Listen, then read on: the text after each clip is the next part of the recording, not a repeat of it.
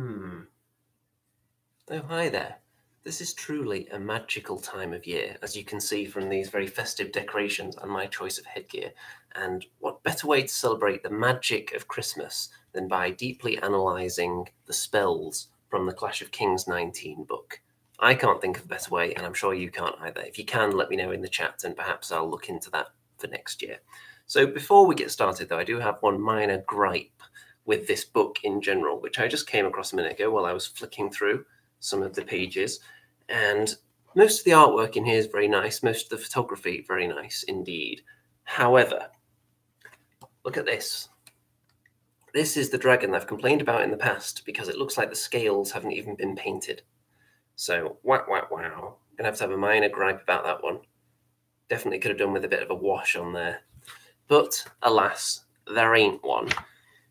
So let's just dive back to the spells, shall we? So there are common spells and there are legendary spells. And we're going to start off with the common spells. If anyone has any comments, by the way, while this is going live, I'm pretty sure it's public for people to see. Yes, it looks like there's somebody watching and it's got a like already. That's how excited people are to hear my in-depth analysis of the spells. So shall we dive straight in with the common spells then? Let's make sure I've got my hat kind of in the optimum position here. There we go. Entertainment is the #1 consideration for this channel, so we've got to make sure everything is presented in the best possible manner. Although I'm not opening videos with, in this video I'm going to talk about blah blah blah and then a big logo or something. I'm not going that far.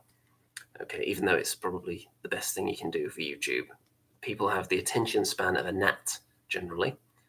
JK is in the chat. Hello there. So, the common pool spells. These can be taken by any caster who has some kind of inherent ability to cast spells and doesn't rely on an artifact in order to cast a spell. So you can't just put, say, a boomstick on a goblin standard bearer and then take extra spells with it. It has to be a wizard of some kind. So the first one, Mind Fog. Now there are a few spells that seem to have a similar purpose in here, and this is a very cheap one that fills a particular role. So 36-inch range on this, and it doesn't cause damage. You only have 1 dice for this, by the way, for 10 points. If it scores a hit, then the target must take a nerve test at the end of the shooting phase. It doesn't do any damage, though. So it's treated as if they had taken damage in the shoot phase. So it's one of those spells, if you've got a unit that's already heavily damaged and you haven't been able to finish them off, then it's a nice little extra you can throw at them just to take them out of the game. Because we've all been there, especially with shooting, where sometimes the +1 from a shooting attack is far worse than the +1 in combat.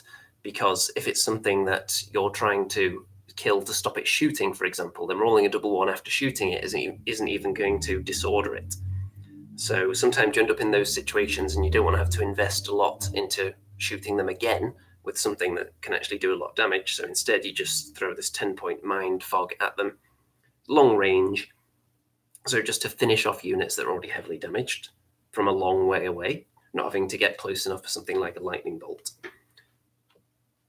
I could see myself possibly taking that in some of my shooty lists. If there's a situation, because I often run into those kind of situations I described, and often towards the end of the game, you don't want to have to be wasting a lot of shots on something that's already practically dead when there are juicier targets. Weakness, which is 2 dice, 20 points, 24-inch range. I think this is pretty much the same as it was. So the unit that you cast it on, the enemy units, will have -1 when rolling to damage. So it depends how often you're going to use this. I've only come up against it maybe once or twice, and I don't think I may have used it once actually, but I think I didn't actually use it during the game that I took it. I may have taken it to a tournament and never used it. That's very possible. It's handy if you're going to use it a lot. Then obviously if you think how much would someone pay to increase their crushing strength, then you're paying to effectively counter that. But obviously they're paying to have that in every turn. You're just paying for it whenever you successfully get the spell off. So it is potentially useful if you're going to be using it quite a lot. If you're taking an army with high defense, then perhaps this would be a good way to counteract the enemy's crushing strength. Then let's look at Drain Life. So I think this is practically the same as it was. So this is 25 points, and you can get 6 dice on this, only 6-inch range, target enemy units that are engaged in combat. So that means that whoever's casting this has to be right up there in the thick of it. And depending on the height of your army, you'll want to take that into account with this. So perhaps on a mounted wizard, so you can fire it over the top of your own troops, so you're not having to actually literally get on the front line. 6-inch range, target enemy units that are engaged in combat. Roll to damage as normal with piercing 1. And if it does any damage, then that is then applied to a caster or a single friendly non-allied unit within 6 inches. So yeah, you're taking wounds off them, giving it to yourself, 25 points. Again, if you're a high defense army, if you're tough to crack, something like trolls, I could see myself using this with, because of course they already have the regeneration, and they typically, unless you position them quite foolishly and get multi-charge, they don't tend to go down in one hit, apart from against very specific attacks. Let's see, King John. Can you cast Drain Life even if no one is available to heal? Well, let's see. Target enemy units, roll to damage as normal. It just says roll to damage as normal, and then if 1 or more points damage is scored, choose either the caster or a single friendly non-allied unit. Yeah, so I would assume you can still cast it, if that's the only spell you've got that can actually deal damage with the piercing on there. So potentially you may want to cast it when there are no units to heal. I would say you could, unless anyone says otherwise. So it won't cause a nerve test at the end of the shoot phase if it was cast into close combat, though. So yeah, I would say that's how it goes. Hex. Now, this is a very specific roll, and it's very, very cheap, this one, only 10 points. So 30-inch range, doesn't cause damage, but if it scores a hit, the target enemy receives a point of damage each time it rolls a hit with a spell during its next turn. Okay, so potentially devastating if you're up against casters that roll a lot of dice. They won't have to take a nerve test for the damage, but there are times everyone's come up against something like, let's say, an Ifrit, and you don't really have enough to deal with them. You've got some shooting, but you don't want to be at the -1 for shooting at an individual, and the amount of damage you're going to do probably isn't that high because of that. So you want to kind of get something chipped away at them before you target them with the intention of killing them. So something like that rolls a ton of dice for its spell. Then cast this on there, only 10 points, and then whenever they try and cast a spell next turn, they're just instantly damaging themselves for each hit they score. So it's not even rolling to damage, it's just instant damage. So something that's annoying to take out usually, and you would have to put a significant amount into it, like those annoying individuals with lots of dice. I think Ifrit is just the main one here that I'm thinking of. I'm sure there are other units out there that have decent number of dice as well, but that's the one that instantly jumps out. I know it's been dropped to 16, I think, from 20, but that's still a lot of dice they're throwing. So if they want to even cast their spell, it's questionable. It depends if they're already heavily damaged. I suppose if they are, then you probably wouldn't cast this on them because they're already ripe for the plucking anyway. JK says 6-inch range on Drain Life makes it hard to use. I was hoping maybe this book would buff it up to 8 inches. Played against the 18-inch Drain Life New Empire of Dust unit last week. It wrecked me. It's amazing. Yeah, 6-inch range, it's not that great, but I can't think of too many units where you wouldn't be able to put the caster behind a unit and then cast it on the unit that's in front of them. So possibly a Chariot Horde, I think probably longer than 6 inches, but most units certainly aren't. So you would have space to use this most of the time. You do have to get quite close, though, I agree. So Hex, I can see that definitely being useful on certain specific enemy casters if they have lots of dice. If it's something like a Goblin Wizard, then I'm not going to be concerned if someone hexes that wizard and I've only got my Lightning Bolt 3. So at most, I'd be taking a couple of points of damage and then taking no nerve test. So, okay, that's all the common spells, actually, that have been added. So any spellcaster can take those if they pay the price. And I would say of all those, Hex, potentially the best, I would say there, best value, but it's not always going to be that useful. Mind Fog is another one. Pretty good, potentially, for 10 points. Depends on your list if you think you're going to be leaving a lot of units on high amount of damage far away from you. So gun line, really. Okay, legendary spells now. So keep the comments flying in, everyone that's watching this, which I'm sure are untold hundreds of you at short notice like this with no prior announcement. So legendary spells, you can only take it once per army. You can't put them on, let's see, you can't put them on the legendary characters. And I think each character can probably only take one of them.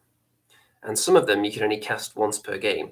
I'm not sure if there's a limit on how many legendary spells each wizard can take here, but I'm going to assume there probably is. Just read the book and you'll see for yourself. But you can only take each spell once per army. So we're in my goblin analysis. I already looked at Guiding Light, but I'll go through it again in a minute. But that's an example of one where once you cast it successfully, you can then no longer cast it again during the game, which is better than just one use only, because of course you could fail and it would be a waste of points. So the first one, let's look at Blinding Light. So 18-inch range, you can cast it on enemy heroes, monsters, or war engines only, and if hit is scored, then it disorders them. So you're just stopping them shooting. So this is effectively doing what an item was doing previously, I believe. I can't remember what it's called now, but there was an item where you could just like lob a pebble at somebody and it would disorder them if it worked. So Blinding Light, it's only one dice for 10 points, 18-inch range. So 50-50 that you'll disorder a unit. So handy if you've got in range of war engines to use this. And of course, enemy heroes and monsters that have lots of shooting abilities. Okay, so for only 10 points, that one seems good value. Bark Skin. Now this is new. So friendly units only, 10 points, 12-inch range, including units engaged in combat. So if you score a hit on the one dice, so 50-50, unless you're something like an elf with elite, then you can boost their defense by +1 to a maximum of 5 until the start of its next turn. So pretty tasty for 10 points. If you've got lots of units that are defense 4, you can bump them up to 5. Well, one at a time anyway. There's no limit to how often you can cast this per game, so you could just keep following them around, buffing up their defense as required. So potentially quite tasty. It depends what you're doing with the unit and what you're doing with the caster. Because obviously I don't think it'd be worth the points of some kind of caster plus this spell just to walk them around behind another unit, giving them high defense under most circumstances. Let's see. JK says, remember Disorder takes away Thunderous Charge as well. Blinding Light is good versus Cavalry. Yep, there is certainly that as well. Disordering definitely is a handy way of taking away Thunderous Charge. There are lots of tools available to take away Thunderous Charge, but at range there aren't many ways to stop people shooting, so this is certainly one of them. Okay, where were we? Okay, Bark Skin. So, yeah, not bad for 10 points. Especially if you've got an enemy caster who's following around one of their units constantly, giving them extra crushing strength for close combat or piercing, constantly Bane chanting them up, then this Bark Skin appears like it's going to be cheaper than Bane chant. So if it's just like a battle of, like a tug of war between Bane chant and Bark Skin, then you're only paying 10 points for it, so you're actually coming out on top there. Okay, Aura of Heroism. 12-inch range, friendly units and self only, including units in combat, so that you don't inflict damage. One or more hits are scored. The target increases its waver and rout values by 1, and it also gains rallying 1 or increases its rallying to a maximum of 2 by 1 until the start of its next turn. So I actually, when I was reading this, I found this a little bit annoying that it's an extra thing to keep track of. Not only is it increasing the nerve values, but it's also giving you rallying 1. I think that's slightly too much stuff for one spell to keep track of. I was hoping, because when they had all these spells, there's obviously the potential for added complexity. And I think this one, at first glance, this one seems like it might be a step too far for my liking. it's effectively changing 3 values of the unit. So it's just more to keep track of, really. And it's short term greatly changing the way that unit's going to perform, I would say, because not only is it increasing their nerve, but the rallying as well. So it's like a short term rallying bubble around them as well that you have to remember for that one turn. So, mildly annoying. It's for neutral armies only. So I can see it being good for 15 points. There's no limit on how often you can cast it. So seems good, but possibly annoying to remember all that. Guiding Light. Now this is the one I talked about in the Goblin video because it was very relevant. So 12-inch range, it doesn't inflict damage, 2 dice for 15 points. Any hits are scored for the remainder of the shoot phase. Any war engines with the indirect or reload special rules get +1 to hit when targeting the unit that the spell has been cast on. And it can only be cast once, successfully cast once per game. So, when would you want this? If you've got 4 Rocklubbers looking at a single point on the battlefield, send the wizard up there as the enemy's most powerful unit just comes into view, and suddenly you're hitting them on 4s. If you've got 3 volley guns pointing at an area of the battlefield, enemy unit walks into the area, wizard pops in, casts this, suddenly they're hitting on 4s as well, and you're going to be absolutely annihilating enemy units for that turn. So very, very handy if you're taking multiple war machines with the indirect fire or reload special rules, which I'm struggling to think of too many that wouldn't have either of those where you would want to use this. Obviously, it won't affect things like your war trombones, who don't have those rules. But any kind of static artillery, then if you're taking them en masse, this seems like a must-have for only 15 points, even if you're not going to be using it constantly. You might not get to use it every game because you have to get within 12 inches. So you're putting yourself in harm's way to cast it. But most of these spells aren't affected by cover, by the way. So if you're putting this on a, say, a mounted goblin whiz and then running it behind height 1 unit, you'll be able to cast it without suffering a -1 for cover. So you can keep them safe that way. And there is a little note here that tells you which spells are affected by changing to 5+ when they're at cover or stealthy or in effect. And those would be Alchemist Curse, Blood Boil, Fireball, Lightning Bolt, and also Breath Attacks. So not the rest of these things, which makes one thing quite interesting in a minute, which I'll get to shortly. And I'll have to ask the audience for some input on because I can't wrap my brain around it particularly.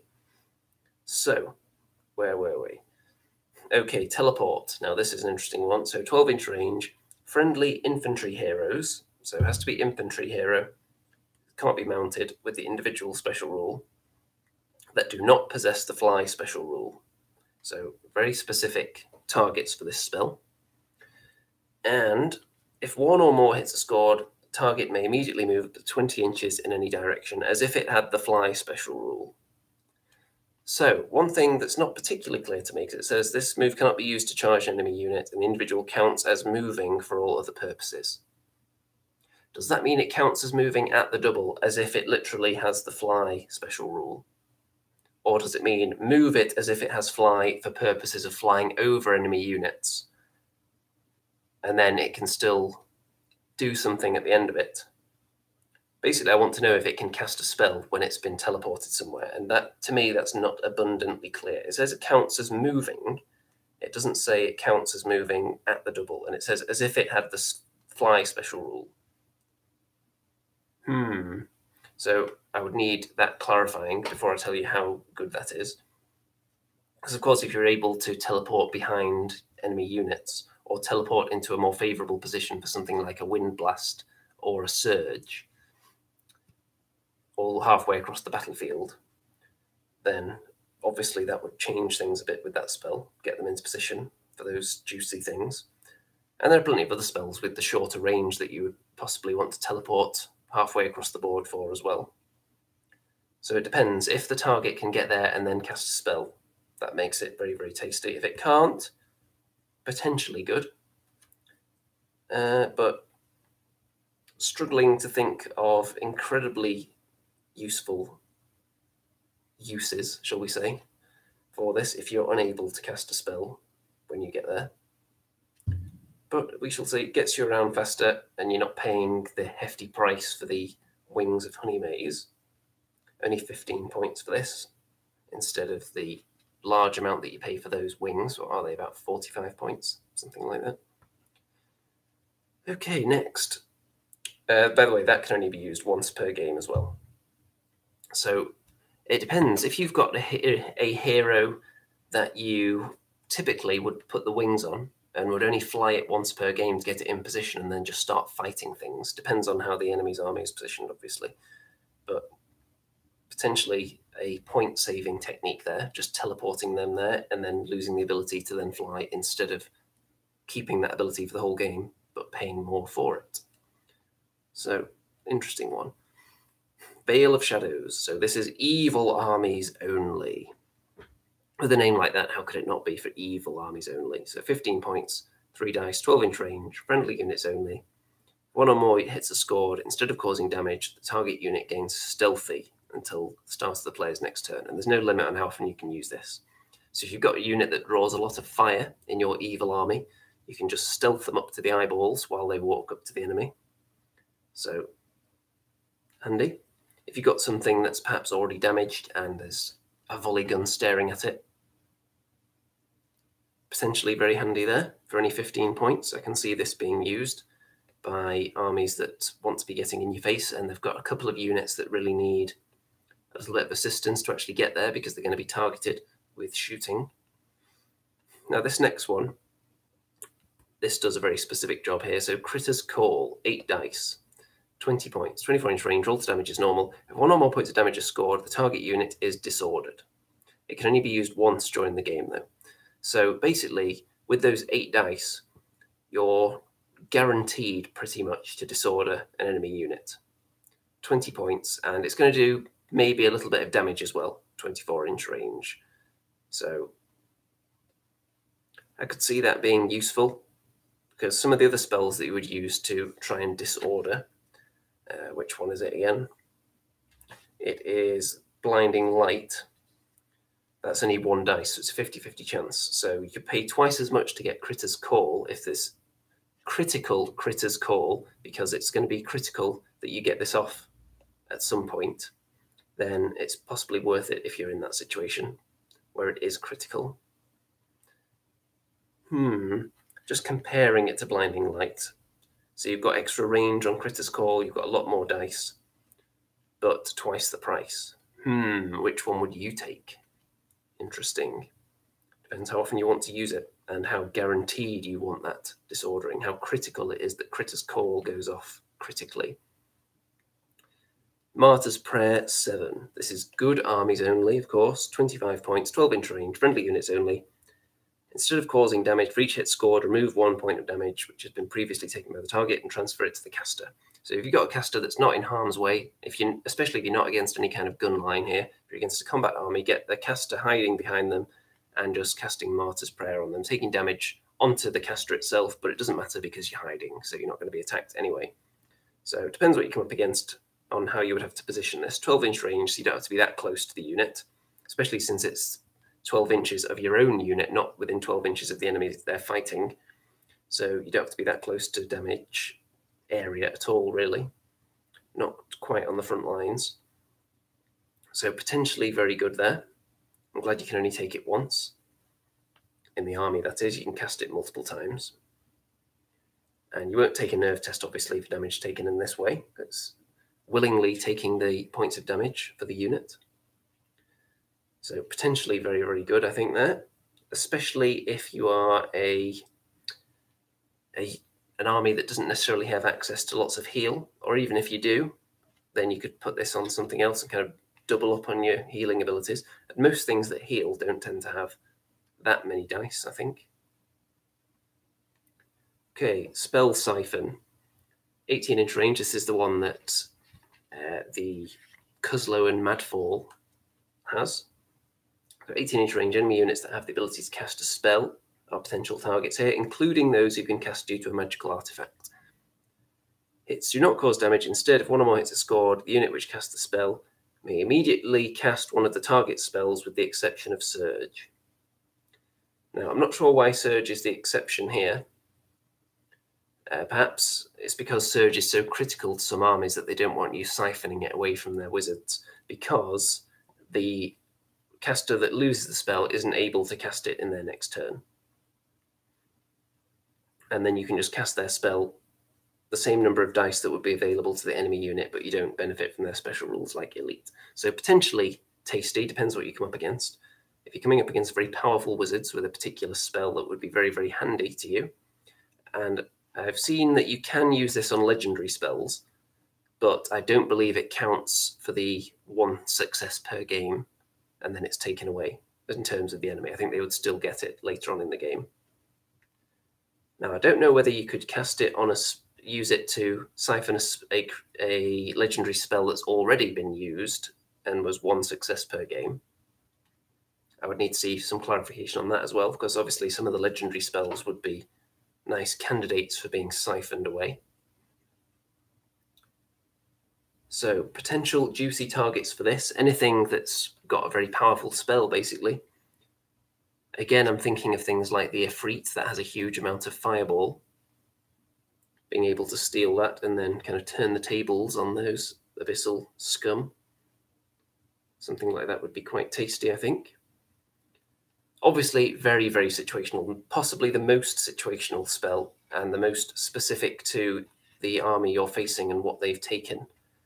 So for 25 points, you're going to succeed with it most of the time because you've got 2 dice. You obviously have to get within 18 inches. And some games, it just wouldn't be useful at all. If all the enemy wizards only have, for example, Lightning Bolt 3, or something equally not that exciting. But in some games, very, very useful. So it's kind of extremely up and down, this one, I would say. Very, very dependent on what your opponent has brought to the table. Alchemist's Curse 10, 30 points. 12-inch range. Instead of rolling to damage as normal, roll under the target's defense, including rolls of 1 to cause damage, and it cannot be re-rolled or modified in any way. So if you're Elite, for example, and you were casting this, obviously you wouldn't want to re-roll 1s because it succeeds. So logical for that little sentence at the end there to be in. So I haven't seen this in action too much. And for 30 points, would I expect to see it in action? I'd expect some people to take it. There are lists out there that have very, very high defense, but there is also a fair bit of crushing and piercing and thunderous charge available to most armies. Potentially, though, if you look at an army like, for example, the League of Rordia, if you don't take Honor Guard, because they're not technically halflings, if you want to go pure halfling army, then something like this could help you against those high defense armies, because you don't have a lot of access to crushing and thunderous. You've got the Iron Beast and volley guns, but not much outside of that. So potentially something there. Most armies, I wouldn't deem it that necessary, though, because most lists I've taken have some way to deal with high defense. Still potentially good, though. I should try out some of these things, really, shouldn't I? Instead of just decrying them. So, now this is one that everyone has been dissing, shall we say. Blizzard 2 for 30 points. Now, that is expensive. 36-inch range, Blast D3 indirect. So, how many hits are you going to get on average with this? It's Blast D3, and on average, one of them is going to hit one of these dice. So you're going to get 2 hits for 30 points at 36-inch range. Okay, now my brain might be malfunctioning here, but why does this need indirect? Is there a reason for that? Because Blizzard is not one of the spells that could have been affected by cover. So having indirect doesn't make a difference there. So somebody, quickly, my brain's failing me here. Tell me why Blizzard needs indirect. What benefit would that bestow onto the spell? Someone let me know. Let's see, Utterly Spineless says indirect written in italics. That's not even a rule. Well, Yeah, because of course Guiding Light specifies engines with indirect fire. So I'm going to assume that's what it means. I'm kind of lost with this though. Someone's going to have to figure this one out for me. Oh, indirect fire means you can't shoot closer than 12 inches. So yeah, if that's the only benefit you're getting from it, then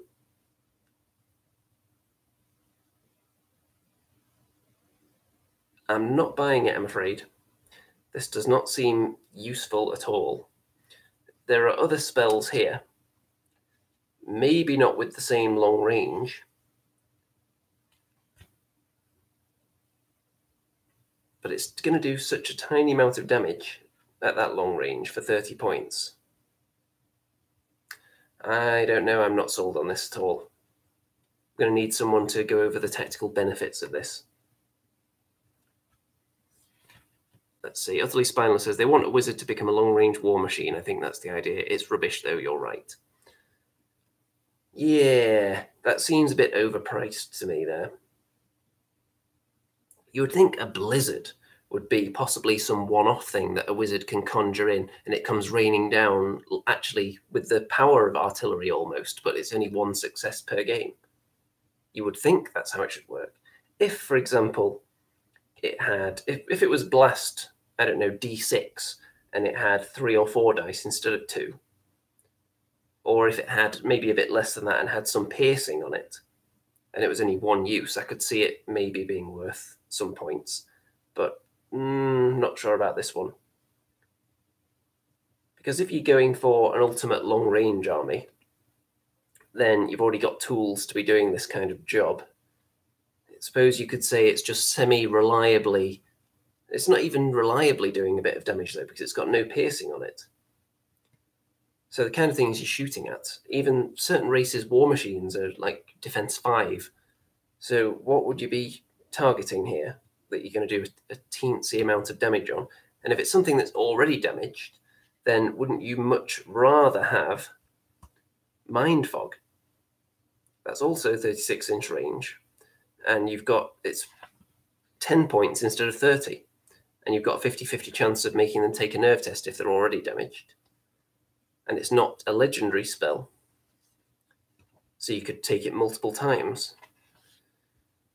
Yeah, I think I would rather have 3 lots of Mind Fog, probably, than 1 lot of Blizzard.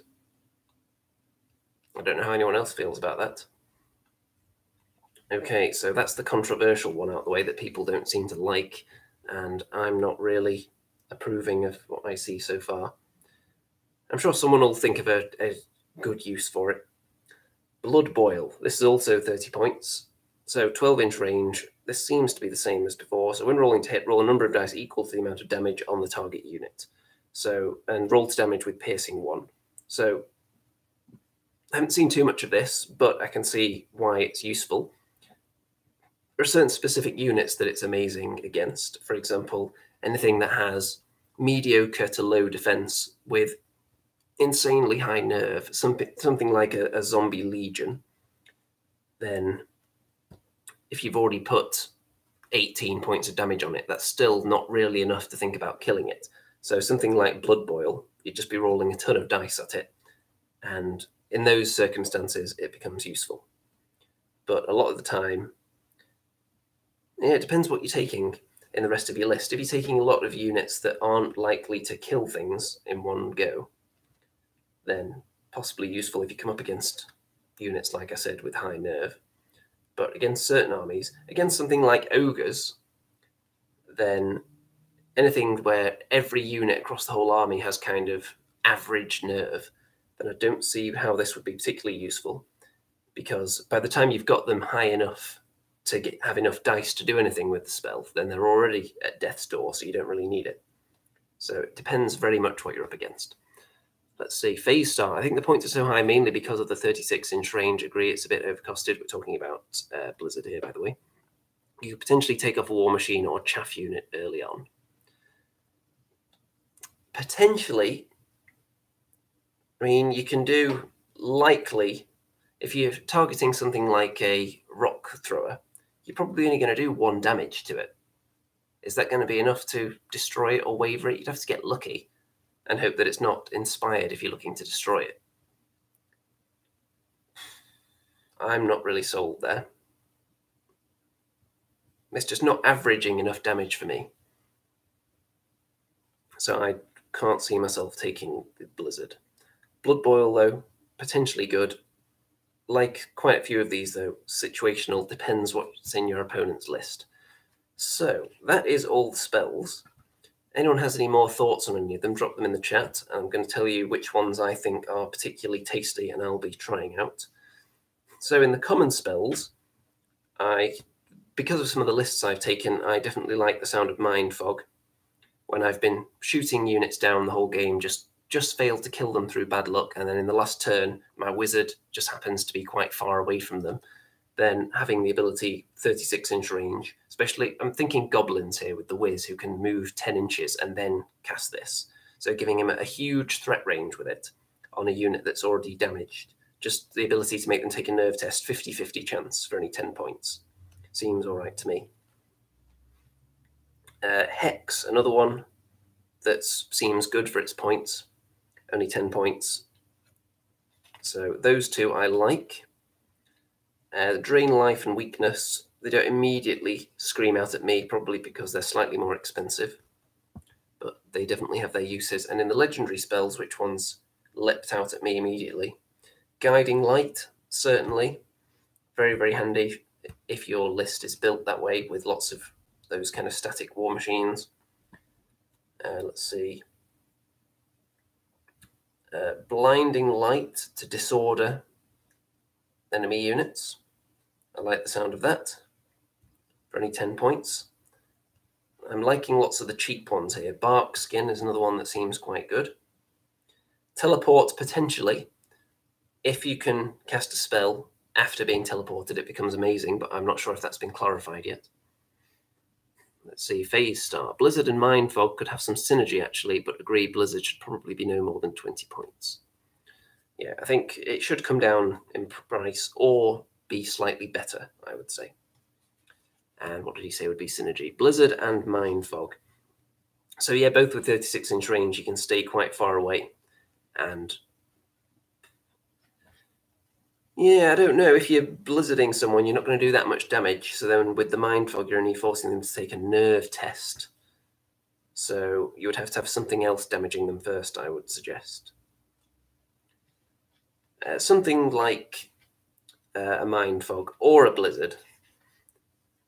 Obviously, Mind Fog does it cheaper, but it's only one dice, so it's 50-50. Whereas Blizzard, it depends on the defense of what you're shooting at. Then if you've got something with long range like artillery or ogre shooters, for example, or any unit that's had its range boosted up, having a caster next to them, and you've shot up one target, we've all done it where you've completely decimated a unit with your shooting and then you don't kill it off because of a poor nerve roll, and you don't want to shoot them another turn because they're already either way above their nerve level or they're almost there. Then you just use something like a Mind Fog or a Blizzard to finish them off.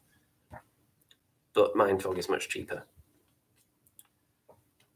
Anything else in the chat? Okay, which else did I particularly like here? So Alchemist Curse and Blood Boil are powerful in the right circumstances, but they're expensive. Let's see. Spell Siphon is definitely the most situational, I would say. Potentially the best, but also potentially a total waste of points that you won't even use during the game.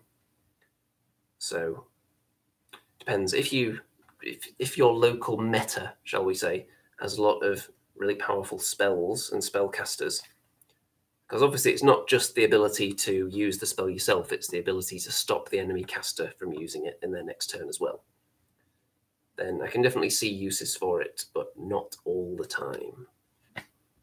So I think next video, I will probably go through the artifacts, I think.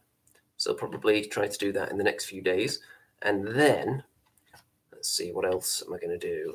I'll go through all the scenarios in a video as well, because some of those are new and some of them have been changed a little bit, I think.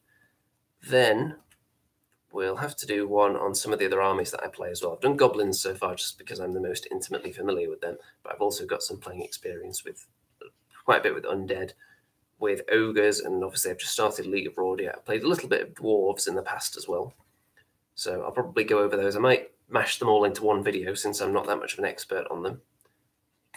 Goblins, of course, I've played the most out of all my armies, definitely. Let's see. Utterly Spineless. I'm not a huge fan of the one dice spells. I don't like the idea of relying on a 50-50 chance. Would be nice if they could be buffed by some casters like Orc Special Rule, but they can't be. Yes. It's 50-50, but typically the spells are only really cheap. So anyone who's run something like the Holy Hand Grenade knows that it's always got a 50-50 chance of succeeding on a particular turn, and that's way more expensive than a lot of these spells. So I would say pretty damn good, some of them, for the cost. For only 10 points. As long as you know anything that's 50-50, you can't be relying on it. It's just a little extra thing. If you've had some bad luck and you've got a unit that just needs that little extra push, then a 50-50 chance, you'll probably say, okay, I'll just tack that onto the end of the bad luck that I just had and see if it evens itself out a bit. So definitely useful for that cost. And sometimes you do end up with 10 points left and end up putting pointless artifacts on units that they don't really benefit that much from. So it depends how close to the point limit you are. But something like that I could definitely see being thrown in. Let's see, Guy Harper says, bat rep, bat rep. Yes, there are going to be bat reps, don't you worry. I'm putting together a goblin army list for this new book at some point soon, and I'm going to get a game in. Maybe it won't be until the new year, though. And obviously there's going to be more League of Rordia games. And in fact, they're not actually in front of me here, but I've got my 3 League of Rordia volley guns almost ready to paint. So that's going to be a nice addition to that army to make it a bit more competitive, hopefully, so it doesn't get crushed quite so easily. See, anything else I want to say before I wrap this one up? Hope this has been very educational for everyone and festive, of course, with the hat. Let's just mix things up a bit at the end there. There we go. Very, very festive. We've got tinsel, we've got a hat, we've got a Christmas jumper, if you will. What would you call that in the US of A? Probably a Christmas sweater. Okay, time to wrap this one up, I think. So thanks for watching, all of you that have been this whole time, and those of you that have been liking the video, of course. And don't forget to leave comments afterwards if you've got any thoughts on the spells in the new Clash of Kings 2019 edition. This new book, which of course you can see has the tape on the corners to protect it from attack. And someone said it was hideous doing that because you can see, but you actually can't until the light catches it just right. You can't really tell there's tape on it in the corners there. So I recommend everyone do that. Check out my video on how to protect your softback books. And don't forget to check out all the links in the description. Don't forget to join my Facebook group, follow me on Twitter, send me all your life savings and so on, especially around this time of year when obviously everyone just has untold money to spend. No one's had to spend any money on anything maybe festive. So with that, I think it's time to say good night out there, whatever you are.